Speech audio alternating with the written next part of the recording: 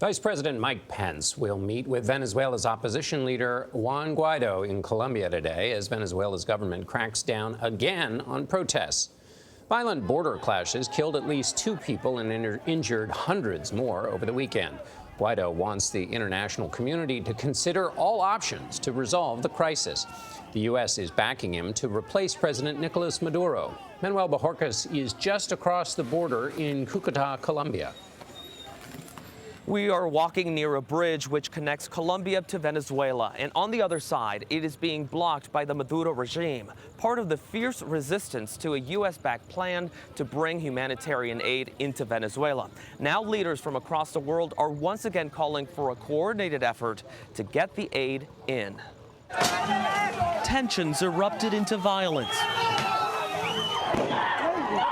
as Venezuelan citizens marching to the Colombian border to collect humanitarian aid were met with tear gas and rubber bullets fired by officers in riot gear.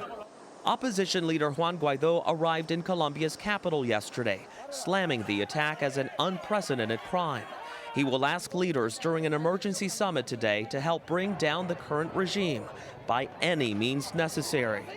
But Venezuela's President Nicolás Maduro continues to deny his country is facing a crisis, refusing to allow aid in and cutting off diplomatic ties with neighboring Colombia for cooperating with what he calls a U.S.-led coup.